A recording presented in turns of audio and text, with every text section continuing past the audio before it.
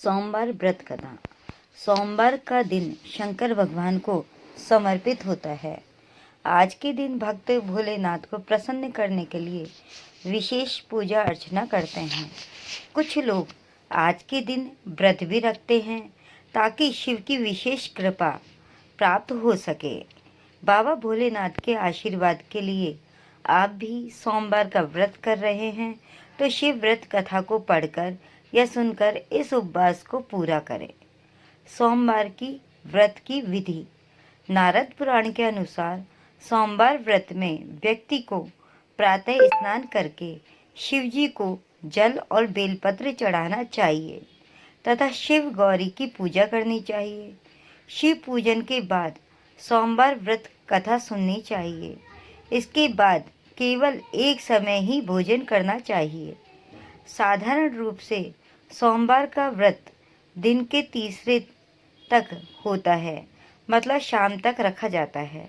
सोमवार व्रत 3 प्रकार का होता है: प्रति सोमवार व्रत, सौम्य प्रदोष व्रत और 16 सोमवार का व्रत। इन सभी व्रतों के लिए एक ही विधि होती है। सोमवार की व्रत कथा। एक समय की बात है, किसी नगर में एक साहूकार रहता था। उसके घर में धन की कोई कमी नहीं थी, लेकिन उसकी कोई संतान नहीं थी। इस कारण वह बहुत दुखी था।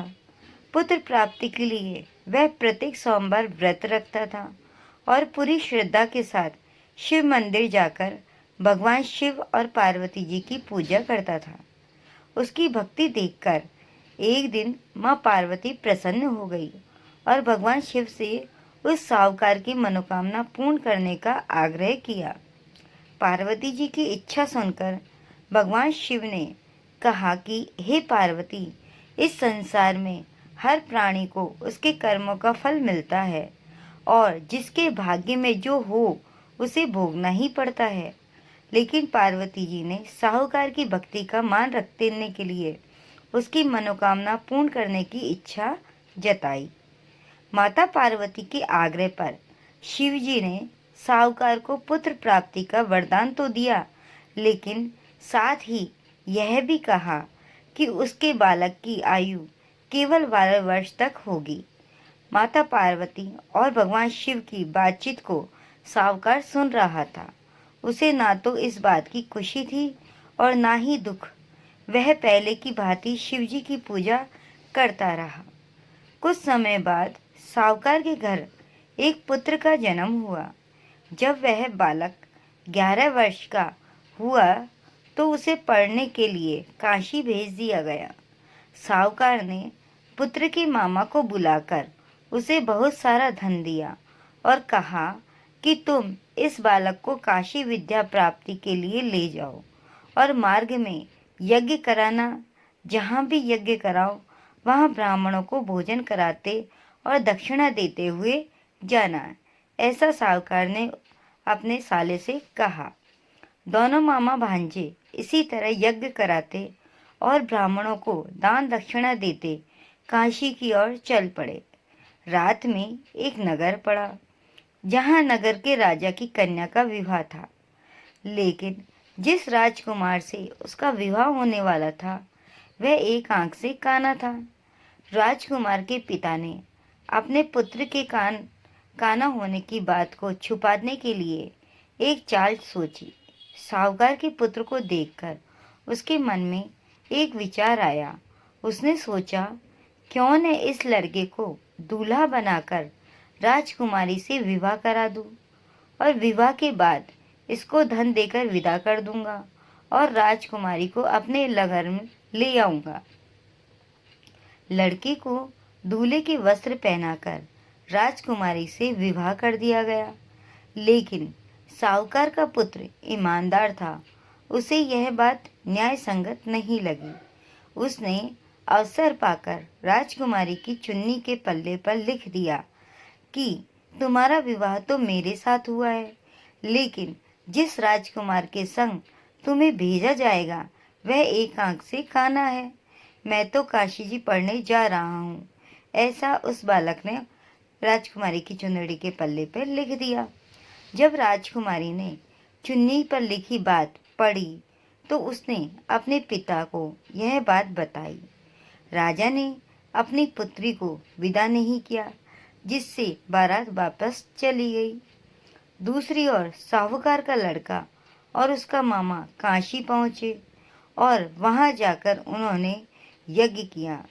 जिस दिन लड़के की आयु 12 साल की हुई, उसी दिन यज्ञ रखा गया। लड़के ने अपने मामा से कहा कि मेरी तबीयत कुछ ठीक नहीं है। मामा ने कहा कि तुम अंदर जाकर सो जाओ।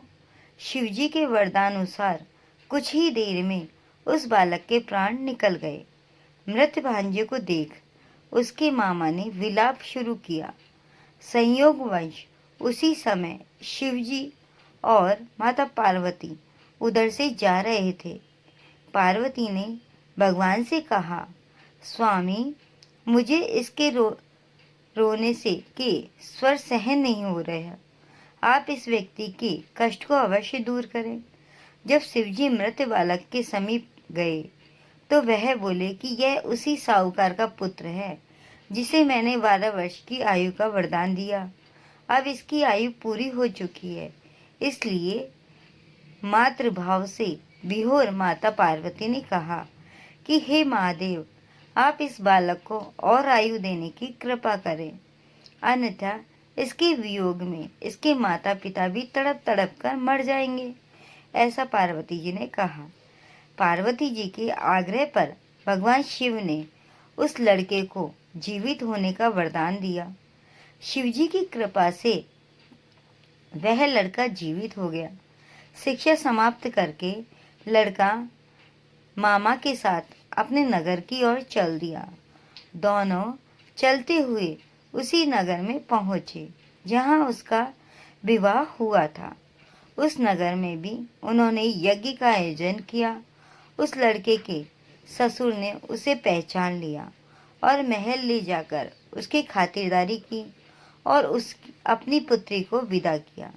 इधर साहूकार और उसकी पत्नी भूखे प्यासे रहकर बेटी की प्रतीक्षा कर रहे थे। उन्होंने प्रण रखा था कि यदि उन्हें अपने बेटे की मृत्यु का समाचार मिला तो वह भी प्राण देंगे, परंतु अपने बेटे को जीवित होने का समाचार पाकर वह बेहद प्रसन्न हुए। उसी रात भगवान शिव ने व्यापारी के स्वप्न में आकर कहा, हे श्रेष्ठी, मैंने तेरी सोमवार के व्रत करने और व्रत कथा सुनने से प्रसन्न होकर तेरे पुत्र को लंबी आयु प्रदान की। इसी प्रकार जो कोई सोमवार व्रत करता है या कथा सुनता और पढ़ता है, उसके सभी दुख दूर होते हैं और समस्त मनोकामनाएं पूर्ण होती है। जय श्री कृष्णा। दोस्तों, यह थी सोमवार की कथा।